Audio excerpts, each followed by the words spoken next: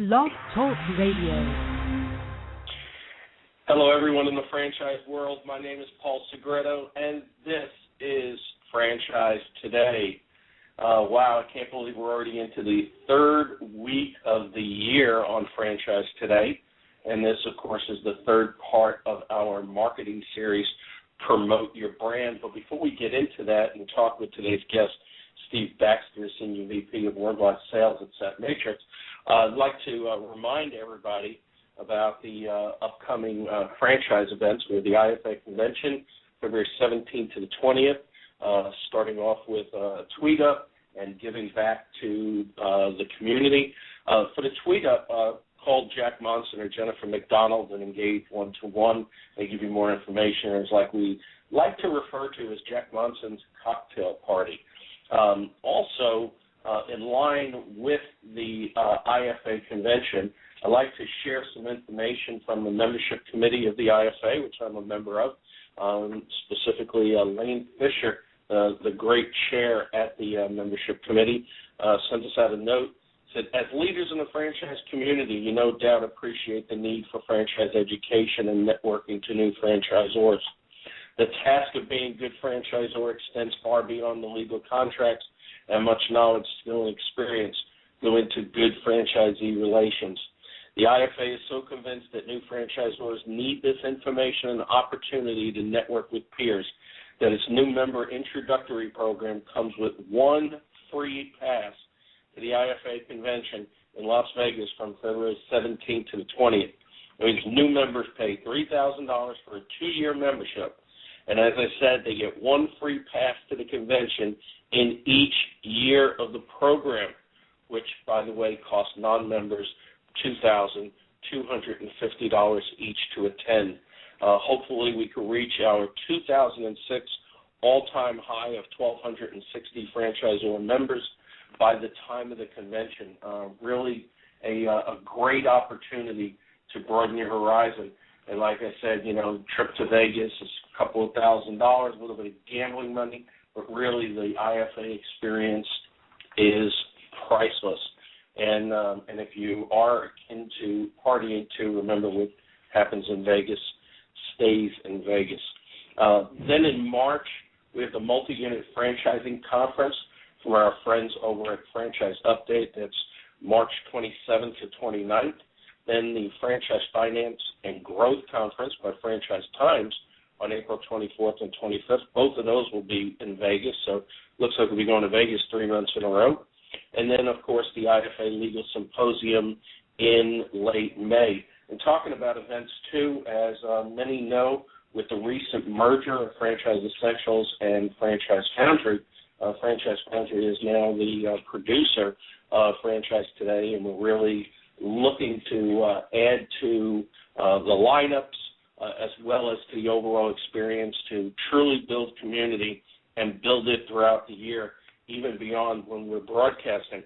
And Fran Summit, a strategic partnership originally between Franchise Essentials and Elements Local, now a production also of Franchise Foundry, will also be reinvigorated this year, and we'll be sending out some information soon.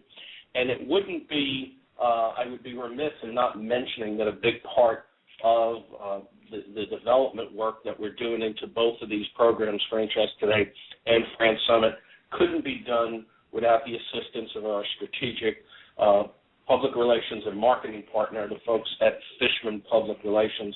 We'd really like to thank Deborah Vilches, who is spearheading this, along with Brad and Sherry Fishman, who have really been great partners moving forward. Also, the last couple of days, I got an opportunity to spend some time on panel discussions at 2 webinars. Yesterday was with Jeremy Leduc and Michael Boyer from Elements Local. We talked about local marketing.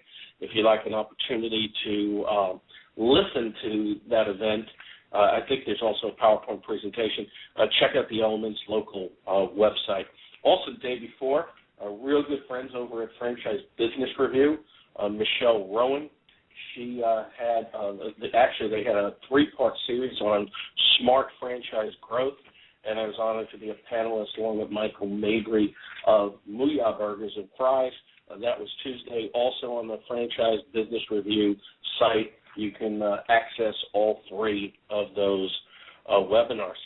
Moving forward, Franchise Today, I know we've been regurgitating this for the last couple of weeks, but I'd be remiss in not mentioning it again. Really has a packed schedule. Today, as I said, Steve Baxter of Satmetrix is with us, and we're going to be talking about the customer experience as really a part of marketing. Next week, we'll wrap up our marketing series with Sandy Lechner of Sprout Loud, and we'll be talking about branding, and I think that's really a great way to wrap up the marketing series. Really exciting events for February, as we'll be at the IFA convention, and everything in February we'll talk about the voices of franchising. We're going to lead off with Nick Powell's. We'll be discussing 1851 Magazine, their new digital publication and soon-to-be print publication. I really like their approach. It's a younger, more upbeat approach. Not that the rest of franchising is stuffy, but sometimes we need to see things from a different perspective. Maybe the Republican Party could think of that as well. So we'll start off with Nick, and then the following, and also with Nick. I mean, this is really a strategic placement with Nick because he'll help us also transition from the marketing series, obviously with his team at No Limit Media Consulting. They're very much in tune with marketing within the franchise community. So he'll help us transition out of the marketing series into the Voices of Franchising series. And then the following week after Nick, I am really honored again to have Steve Caldera, CEO and President of the IFA, just 3 days before the IFA convention. Can't imagine what a busy schedule he has, and he's taking the time to come in and talk with us for an hour about the convention, about all going on in the franchise world in Washington, how some of the healthcare issues are affecting franchisors and franchisees alike. Really going to be a fantastic show, and I'm really honored and at IFA's continued involvement and participation in Franchise Today. The following week, I am really honored to have Nancy Weingartner, the executive editor at Franchise Times Magazine, and we'll be talking about that, and I'm still waiting on some confirmation. The following week, hopefully we'll be having the folks up on Franchise Update to wrap up February and the Voices of Franchising.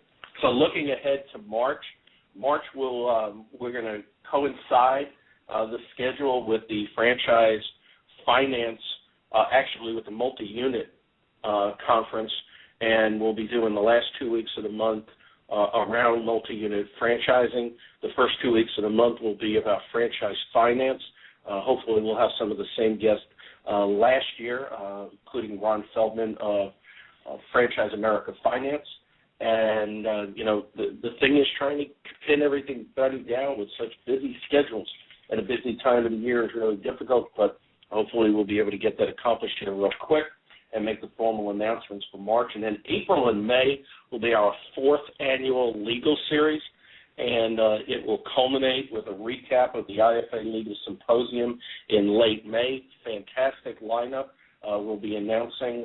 Hopefully we'll have some of the previous guests and participants from the previous 3 years legal series, including Lane Fisher and Warren Lee Lewis, Lee Plave, and just a host of great attorneys willing to volunteer their time. And then in June, we'll wrap up the first part of the year with technology and franchising. Amit Panecha, as everybody knows from Frank Connect, will be one of our guests.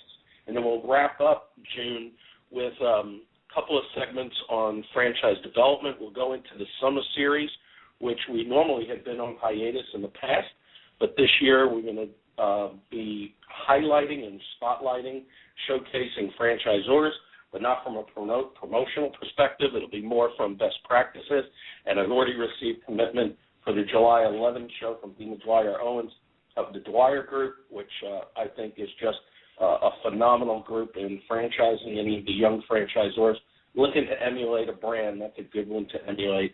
And then, of course, looking ahead, September, October, and November, we'll put together a lineup around the Public Affairs Conference in September, around the IFA, around Franchise Updates, Leadership and Growth Conference in October, and then, of course, the West Coast Franchise Expo in November, and then, of course, December we'll do a recap. So really a packed lineup. We're going to do a 50 live shows on Franchise Today, including 6 to 8 special event shows throughout the year. So just a tremendous amount of content. We knew that almost 60 hours of content all circled around and focused around franchise best practices.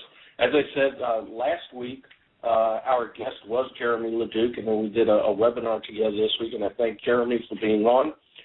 That segment, along with all segments of Franchise Today, are available on demand at blogtalkradio.com/Franchise Today Show. Next week will be Sandy Lechner with Sprout Loud talking about branding. And today we have a special guest live from London, Steve Baxter. For the past 6 years, Steve has been intimately involved with the Net Promoter Score concept created by Satmetrix.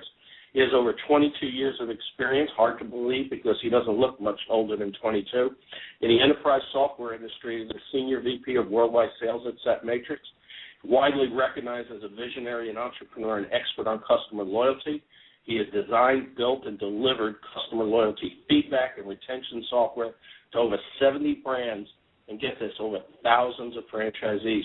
Before joining Satmetrix, Steve was the founder and CEO of Systino, which, of course, today is Listen 360, that provided NPS software to the small business market.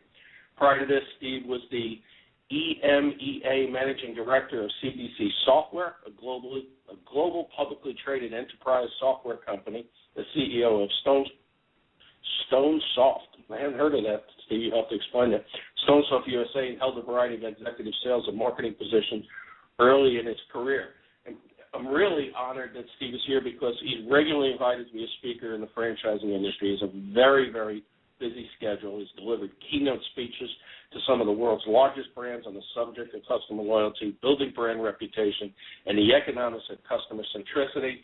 He's also been known to eat a 2-pound ribeye, which I saw on Facebook, which we can talk about. Steve, welcome to Franchise Today.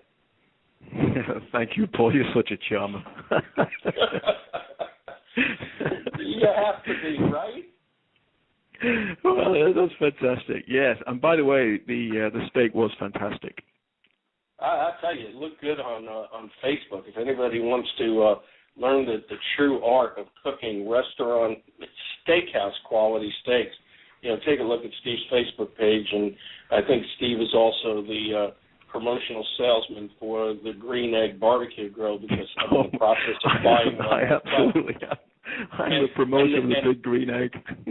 Well, beyond the steak, I mean, what you made last week with short ribs just looked phenomenal. So my wife said, you got to get that recipe too. So anyway, so fun times. Steve, busy time of the year in franchising. I know you're in London. You do about 2 million miles a year in travel. Can't keep up with you. Thank God for social media because we can kind of keep up with you. So, again, welcome to Franchise Today. It's a privilege. Thank you.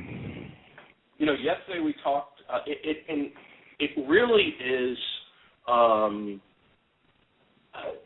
key point to mention that no matter what webinar I'm on, what webinar I'm listening to, how the whole customer experience gets tied into it.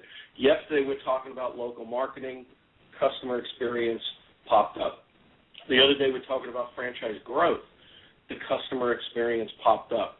So it's really not this siloed function, this siloed objective that that was looked at before strictly on its own, and it was almost like an afterthought. If we do all this is said and done, and we've delivered good customer service, great. And it's really interesting that this has evolved into the customer experience.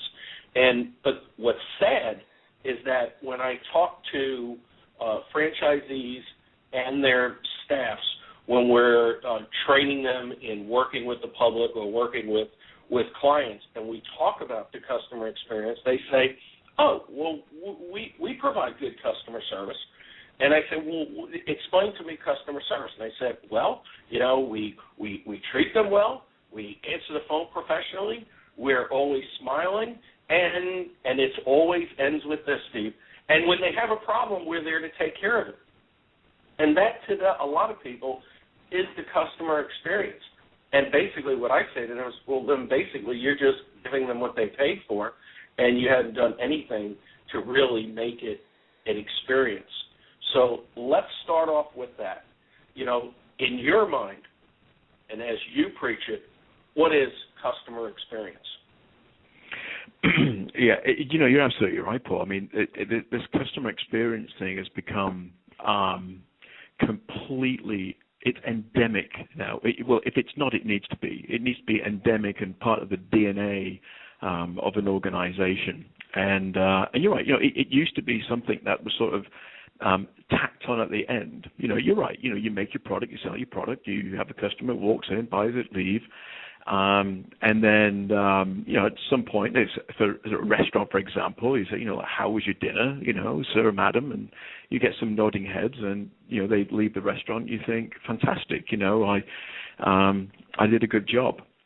And it sort of fell in at the end, rather. And now, it isn't. It's got to be everywhere within the organization. You probably heard the old phrase, everyone's a salesman, like in the company. For years, everybody's a salesman in the company. Well, I think, given the way that people buy now, they're certainly not being sold to. They're buying from. Everybody isn't a salesman necessarily. What everybody needs to be is a customer experience person, right? If everybody in the organization isn't completely switched on to the impact that they have on the customer experience at every step of the way, we call it the customer corridor. From the moment that you first begin interacting with the customer, actually it's before that. Your customers are sort of pre-purchasing nowadays. We can talk a little bit about, I know you're very familiar with like the ZMOT marketing model, but people are pre-purchasing now, and they're making decisions. And before, they were entering into your business and being influenced by a sales cycle. Now what's happening is, I think, people are entering your business and are looking sort of for validation that everything that they're walking in with, whether it's the review that they've read, the testimonial from their friend, whatever that might be, sort of validation that what they've learned is true. And so they can just go ahead and complete the purchase that they intended to make when they walk in. And so at every point in this customer corridor, you have got to be switched on to this customer experience. Otherwise, you lose. It's as simple as that. We did some research. We've done some research over the years, and these numbers I'm going to give you right now are actually quite staggering. And what these numbers tell you is that most companies are starting from a point of disadvantage. Most people are deluding themselves when it comes to a customer experience. This is what we found. We asked hundreds and hundreds of companies, do you deliver a superior customer experience? And I don't mean by this like a good experience, a great experience. I mean better than the competition. When you consider yourself and the service that you deliver, an experience that you're bringing to your customers, are you delivering to that customer an experience that is superior, that they can get from anybody else? And incidentally, you mentioned that I speak to thousands of franchisees every year, and I do. And in all of the speeches that I do, I've got hundreds of franchisees, sitting in front of me, and I always ask them this question. And the number of hands that go up is about the same as the number I'm going to give you right now. About 80% of the companies, when asked this question, believe that they deliver a superior customer experience. And so, if you're thinking that, if you're one of the 8 out of the 10 people in the room that think you're delivering this best-in-class, superior, better than your competition type experience, well, what incentive is it to improve? What incentive is there to go out to your customer base, really understand it, challenge everybody in the organization to improve when you're already starting from a position where you believe it can't get any better? Now, what we did is we went out to customers of those businesses, and we asked them the same question. Is the company delivering what you would consider to be a superior customer experience? And the number of companies that had customers that agreed with their position was only 8%. A tenth of the companies that believe that they have a superior customer experience actually did. 90% of them don't. And so that delta between what you think you're delivering and what the customers believe they're experiencing is the difference between success and failure in the marketplace. It's going to determine whether you live or die, from the perspective of the customer. And so this whole customer experience thing now absolutely has to be baked into the DNA of your organization to get away from these kinds of frightening numbers, Paul. Yeah, they are frightening numbers, and I'm not in the least bit surprised. The way I promote it is delivering positively memorable customer experiences at all times. And if you do that, then obviously you have a promoter of the business, somebody that's out there referring business, coming back to spend more money in the business, and developing loyalty. And I think that's exactly what the basis of this show is, the customer experience as part of marketing. And it's really no longer that gray area. It's a big part of it. Taking the step further, I think a lot of people listening to the show, and probably a lot that should be listening to the show, consider the customer experience to start when they actually walk through the door of the business. And in today's digital world, as you know, that experience starts within social media, online, across various social media platforms, on the phone, outside the store, as well as in the store. And it's like the old adage of you can never make you don't have a second chance to make a first impression. I almost believe at this point that we have several first impressions along the way, because we have several, quote-unquote, initial points of contact. And I think this leads into a great question, which is, in your opinion, Steve, how have customers' expectations changed over the past few years with respect to the brands that they buy from, and specifically with so many brands that are and should be exposed in the digital world? Yeah, that's another sort of great question. And before I answer it, I will say, you're absolutely right. People are making the decisions, their purchasing decisions, before they even engage with you now. People are so much more informed. Think about the last time you bought a car, the last time you went to a restaurant. The last time you bought anything, almost, you go on the web and you look for videos and you look for testimonials and you go to the forums and you ask your friends. You're looking for validation that what you're thinking right now is good. If you think about buying that BMW or that Volkswagen or whatever that car might be, or you want to make sure that you're sort of making the right choice. And so when you're stepping into the dealership, you almost don't need to drive it. You've seen 37 other people drive it through 37 different conditions, and you've pretty much made your mind up. But to answer your question directly, it's fairly straightforward.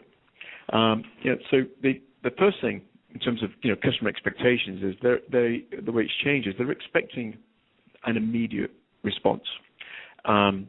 It doesn't necessarily mean that they're expecting people to be on the phone 24 hours a day, 7 days a week, so that you can call them up and talk to them.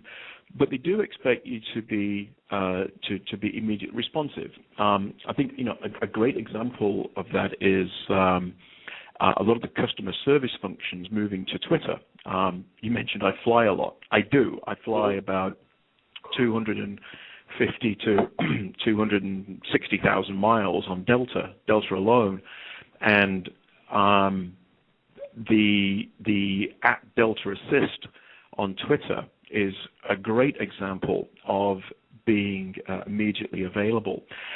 It's quicker for me to shoot a tweet to @Delta Assist than it is to dial 1-800-325-1551. See, look, I even know the number by heart. That tells you how many times I phoned Delta, right? And and then because to get through to that, then I got to tap my frequent flyer number in, then I got to tap my code in, and then I've got to wait for the person to answer the phone. By the time I've done all of that, I could have tweeted them to say, hey, I've got this issue. Can you look it up and sort it out? And then they tweeted me back with a resolution. And so, it's not that I expect Delta to have tweets and all this kind of stuff, for me to be satisfied. But what has happened is that because they do that, and because you see other companies, it sort of sets a standard. It's setting the bar. And so when you start to deal with companies that don't have that, it becomes a bit of a letdown. And, you can get this company that's offering what would normally be considered, a couple of years ago, phenomenal customer service. Let's say they have got somebody on the line 7 days a week, 24 hours a day, and they pick up on the third ring. Normally that would be fantastic, right?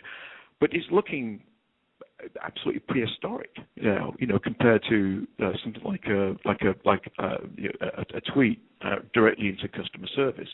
So I think that's one of the things they're expecting an immediate response. The second thing is related to this.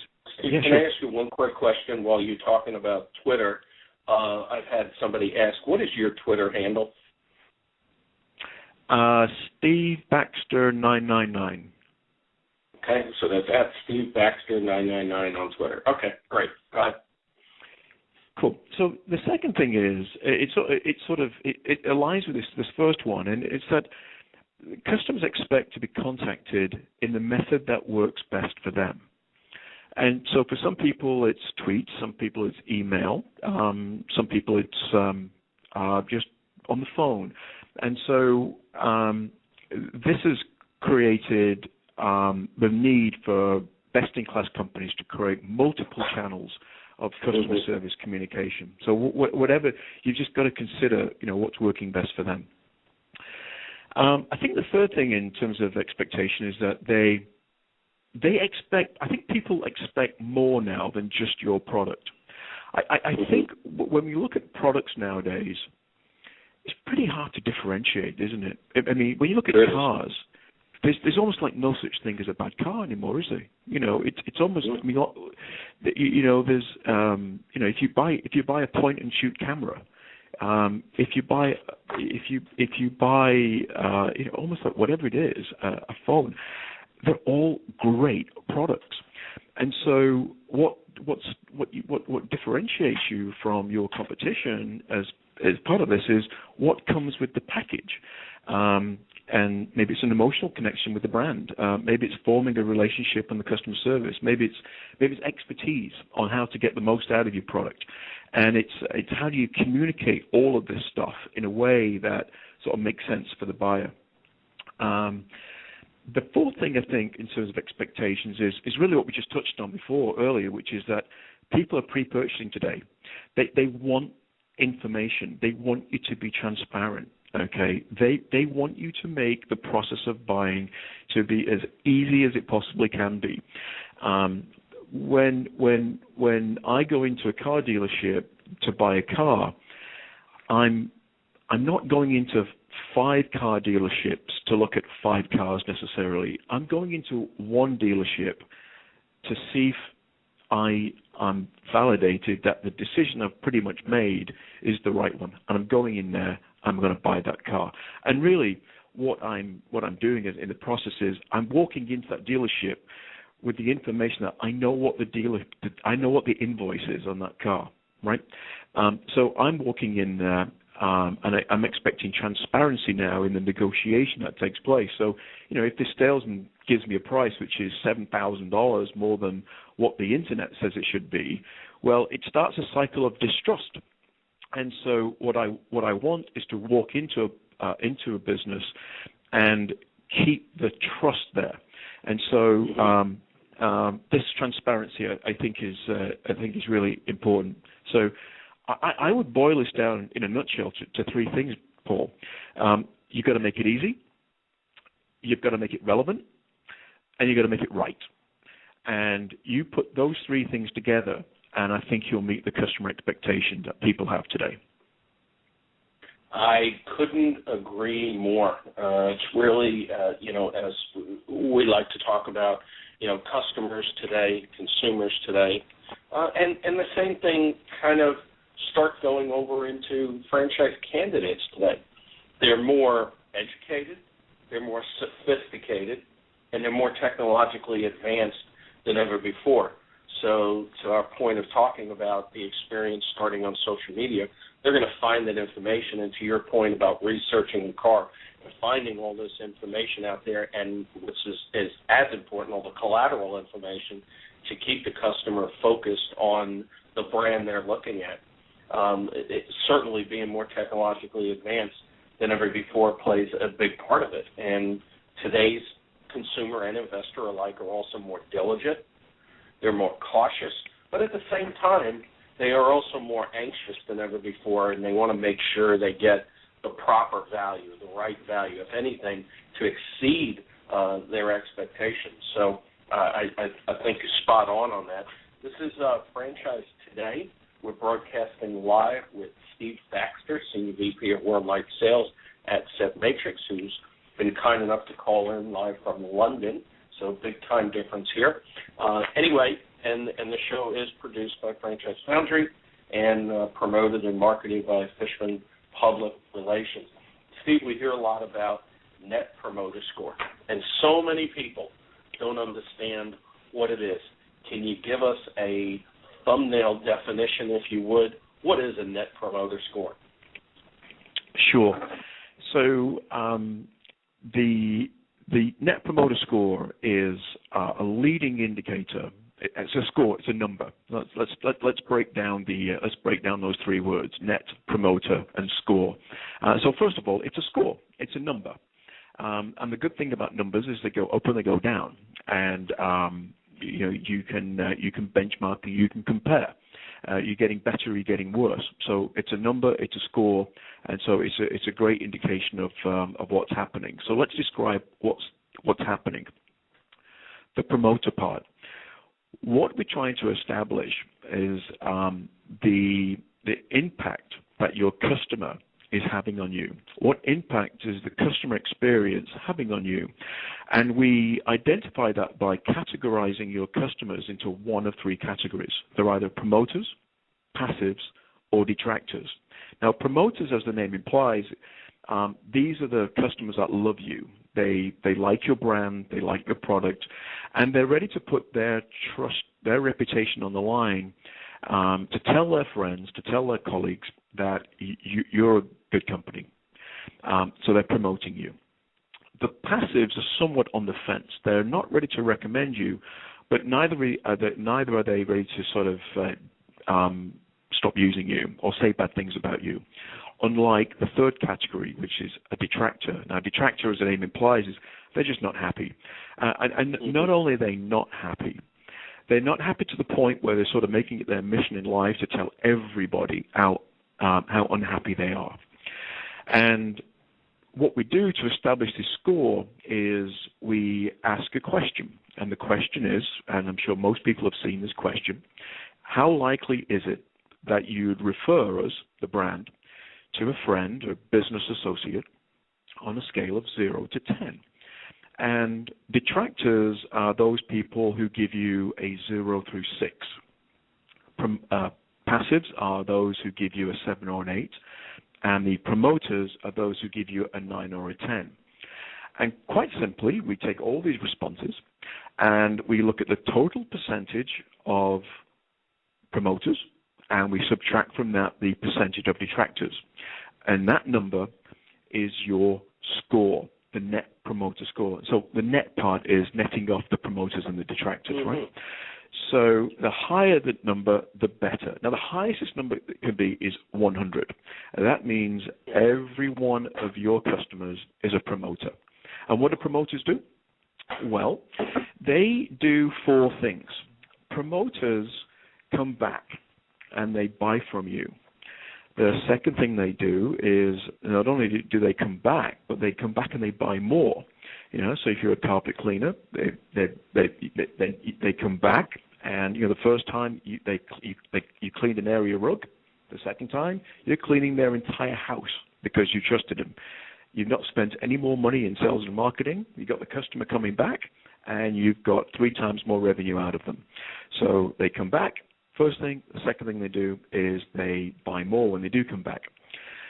The third thing that they do is they refer you to their friends. They do word of mouth marketing, and I like to think of sales. I mean, they become your sales force, right? And I like to think of sales and marketing expense as a tax on your organization for not having loyal promoter advocating customers. Because the more of these guys you've got, the less money you need to spend on sales and marketing, and that's straight to the bottom line, right? And the fourth thing they do is they give you constructive feedback. Now, this isn't always good feedback, right? But they're giving you constructive feedback. And they're giving you this because they're promoters of your business. They've got a vested interest in you surviving because they like your service and they don't want you to go away. So they're giving you the most valuable asset they have, which is their time, to help you improve your business.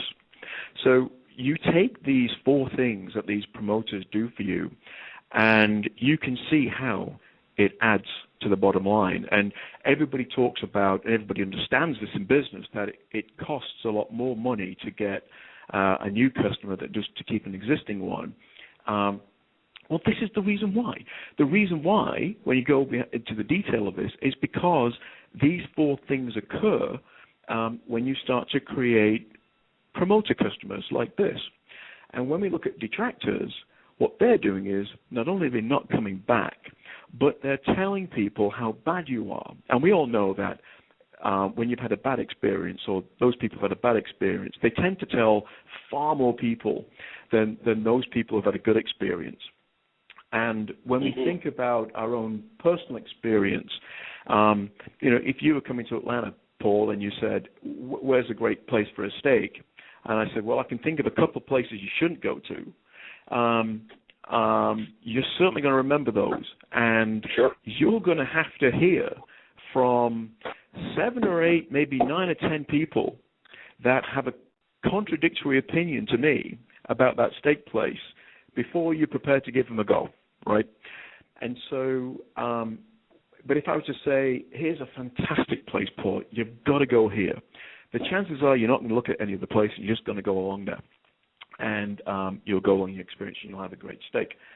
And so, you start to look at the net effect of this. So your net promoter score is truly a leading indicator of growth. Now, I said the highest score is 100. The lowest score is minus 100. This is where every one of your customers is a detractor. So that's what the net promoter score is. It's very interesting about the 4 steps, because most of us, myself included, as you're going through that, I kind of had an idea of what the first 3 steps were. It kind of makes sense. But I think what's often ignored, if anything, is getting that constructive feedback. I think, and that's important. And that's also, I think, a way of really developing the relationship with the customer, because by getting that constructive feedback and listening to it, that continues to open the lines of communications, and it makes the customer feel like, you know what, I'm being listened to.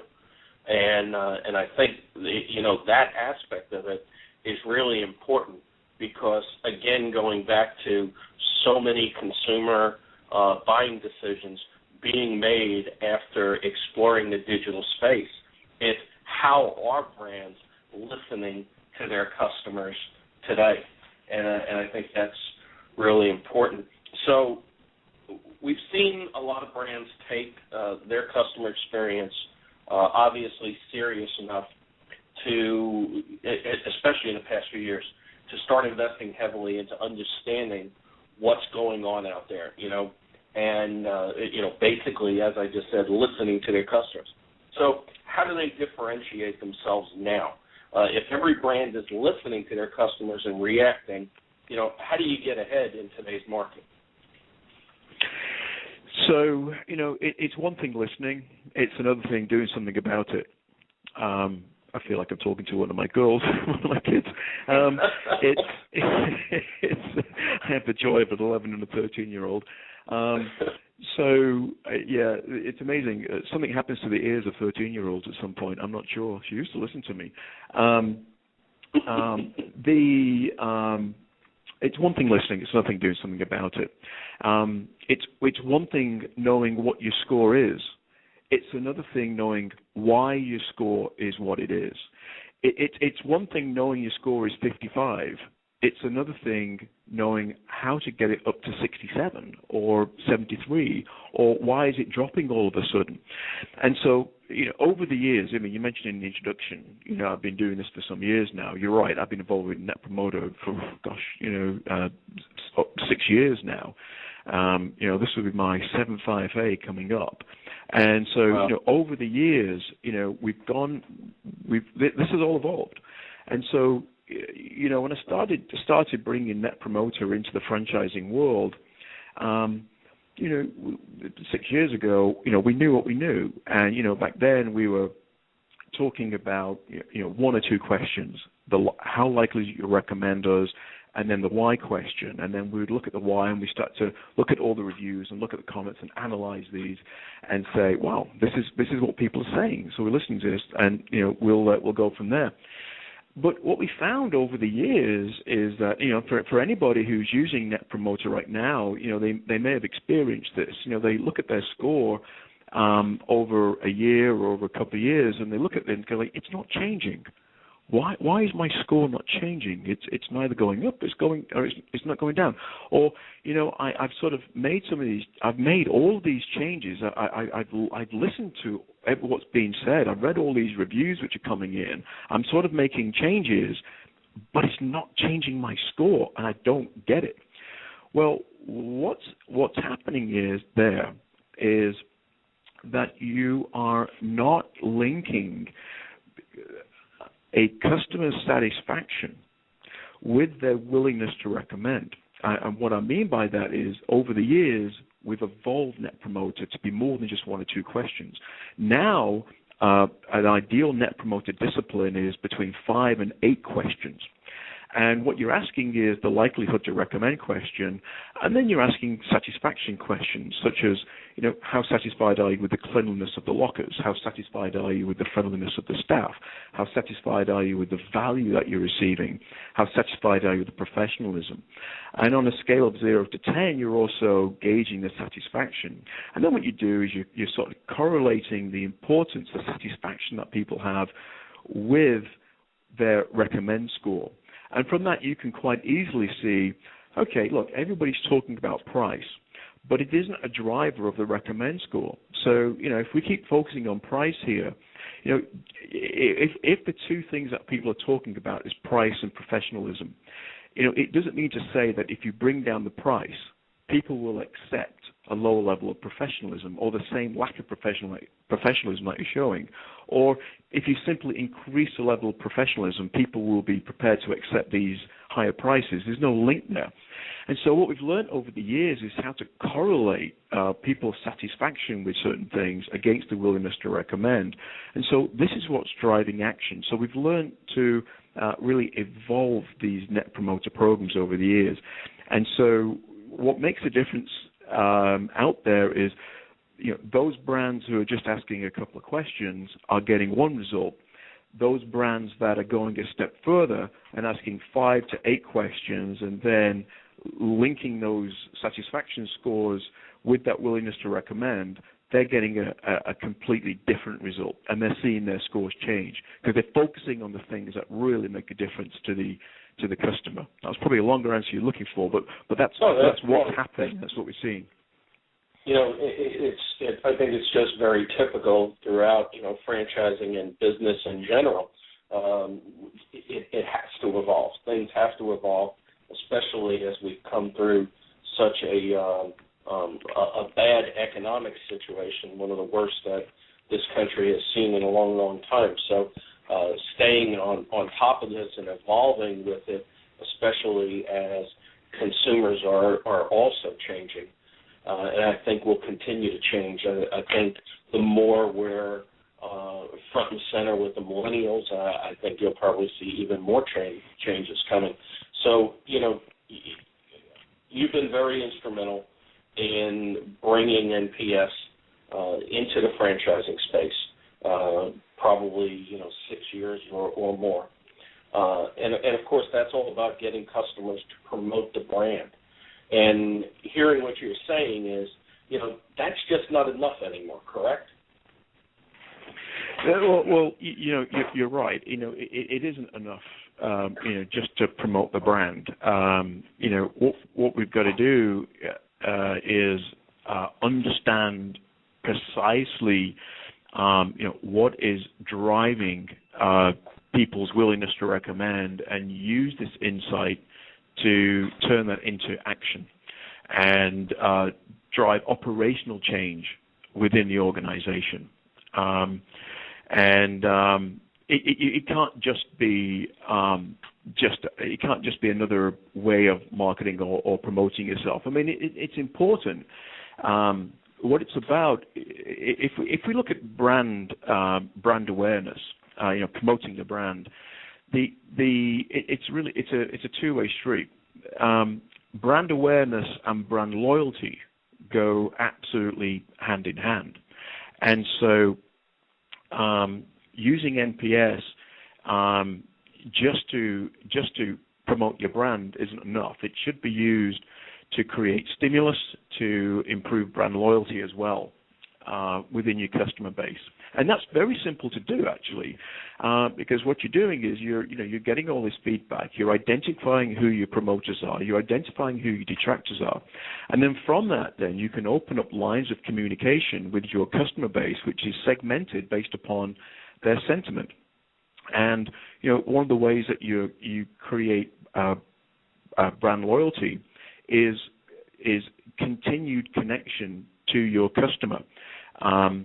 They say that you're with brand awareness. You're doing it right when the second time somebody wants to buy from you, they don't have to go looking for you. You're absolutely there. Mm-hmm. And so maintaining a front and central presence with your customer base is really important, and NPS is a fantastic way of doing that because you're identifying which customers are your promoters, which customers are your detractors, and what you need to do to all categories of customer. Yeah, absolutely, and I think a big reason, of course, it's the old head in the sand syndrome. A lot of people in business don't want to know who are the detractors, who are the people that wouldn't refer to them. I know last year we had a project that we did for a franchisee up in the Chicago market, claimed they had the biggest and the best with respect to customer service and the customer experience. And I totally disagreed with him and actually stopped him from investing another $30,000 in immediate marketing because he thought he needed more business. And my question to him was, why would you want to drive more people to your business that you're just going to piss off? And he was really taken aback by that. And we, with his agreement and approval, we immediately took over just his Facebook page.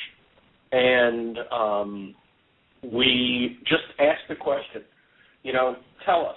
And we only had several hundred people on that page, but we had created a good social media footprint for them prior to this.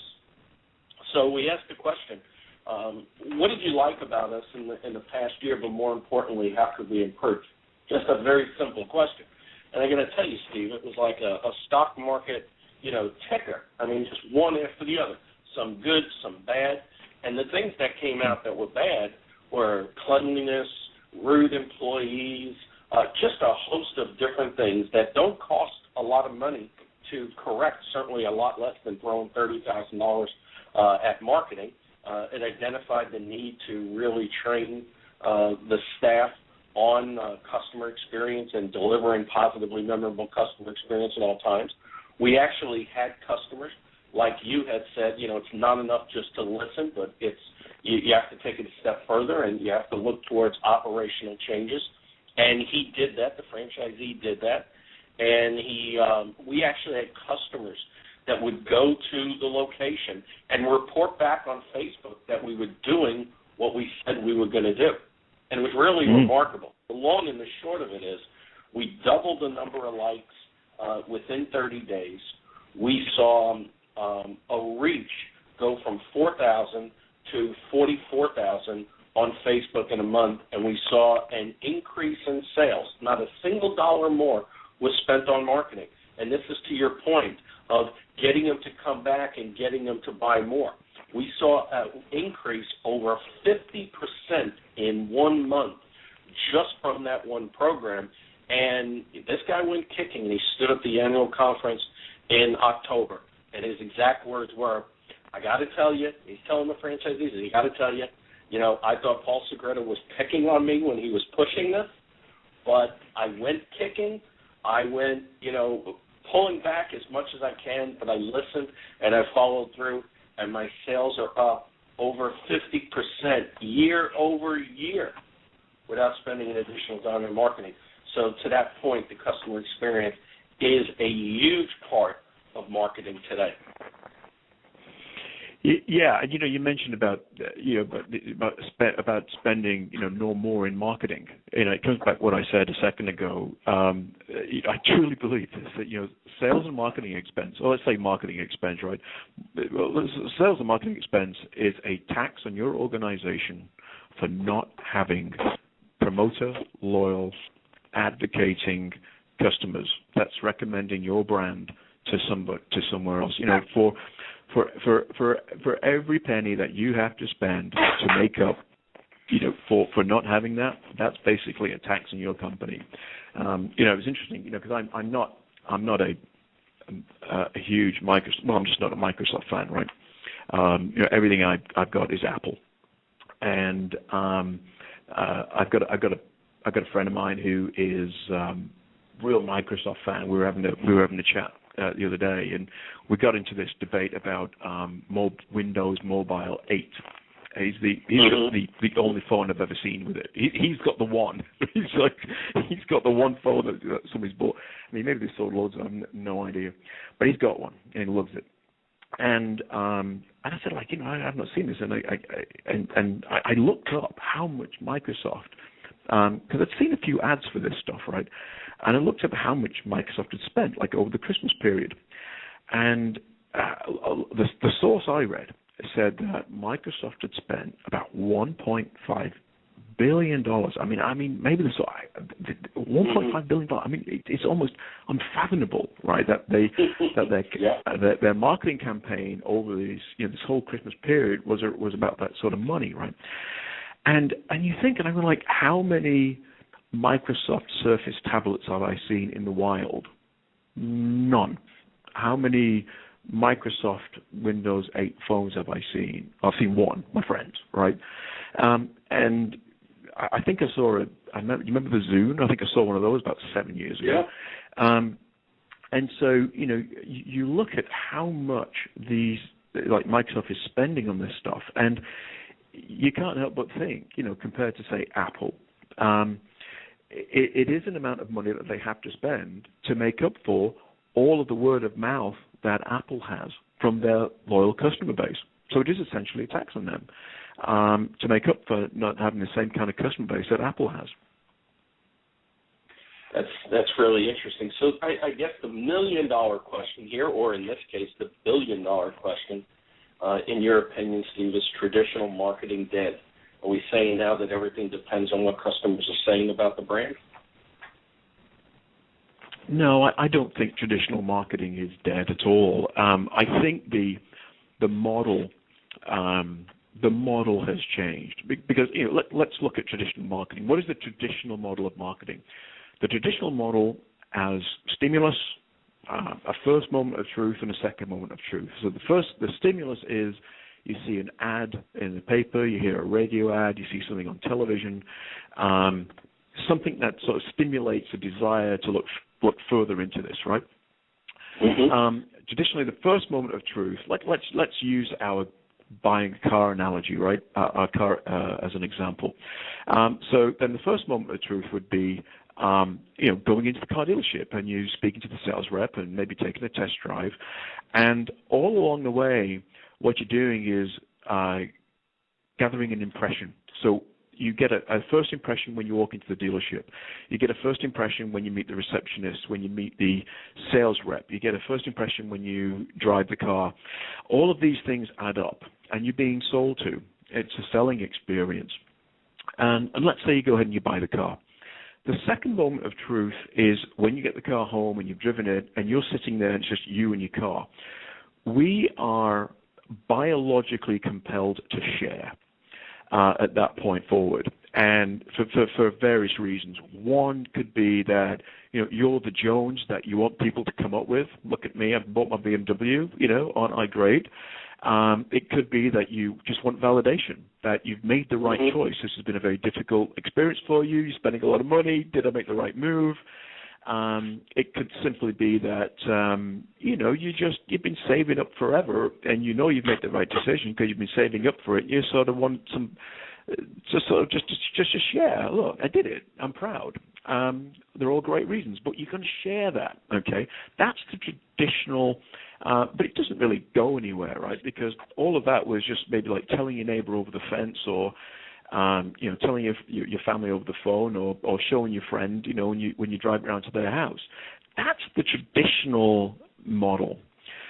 What's changed is that there's another stage which has been added to this. So, stimulus is still the same. You're still using the same ads. You're still doing all of this thing.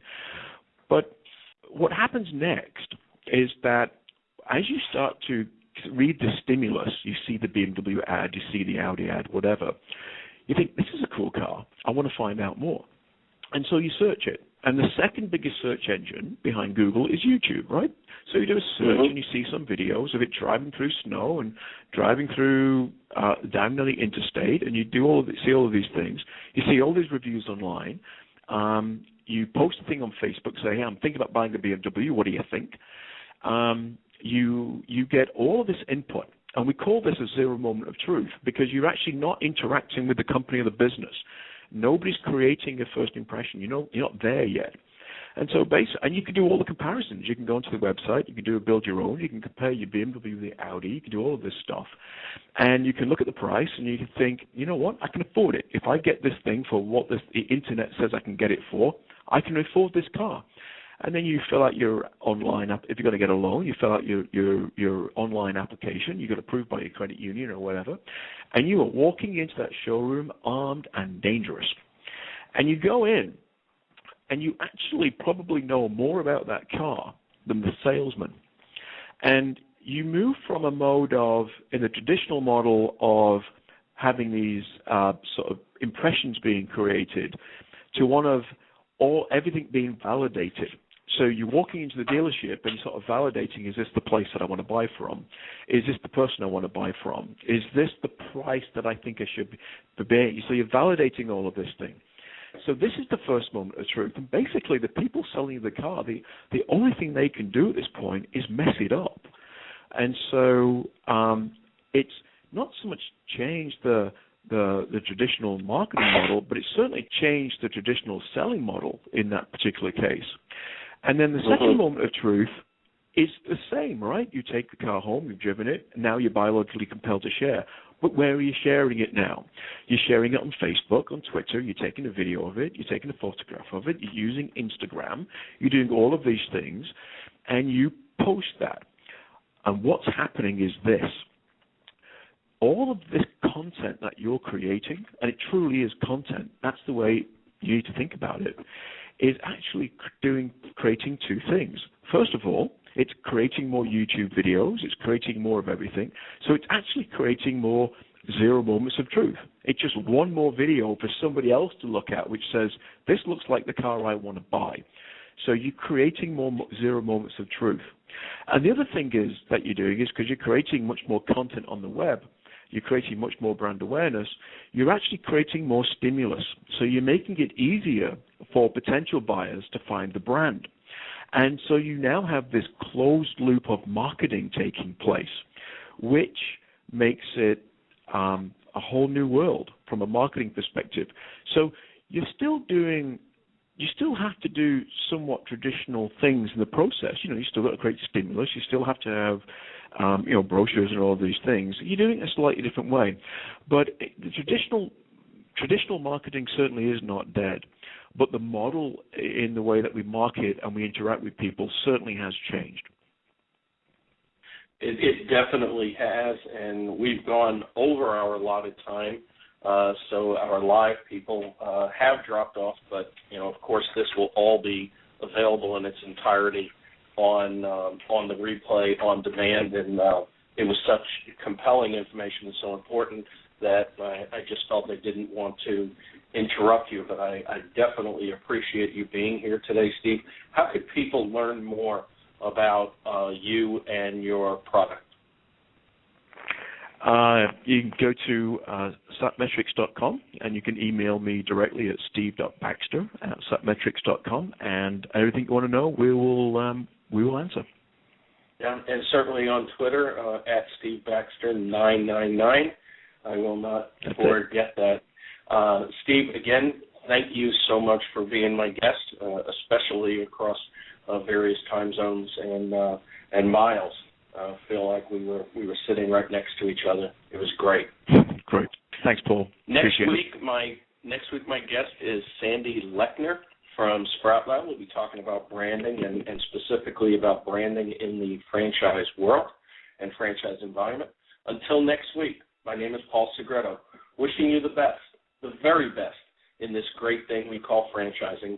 Franchise Today is out. When you're part of a military family, you understand sacrifice and support.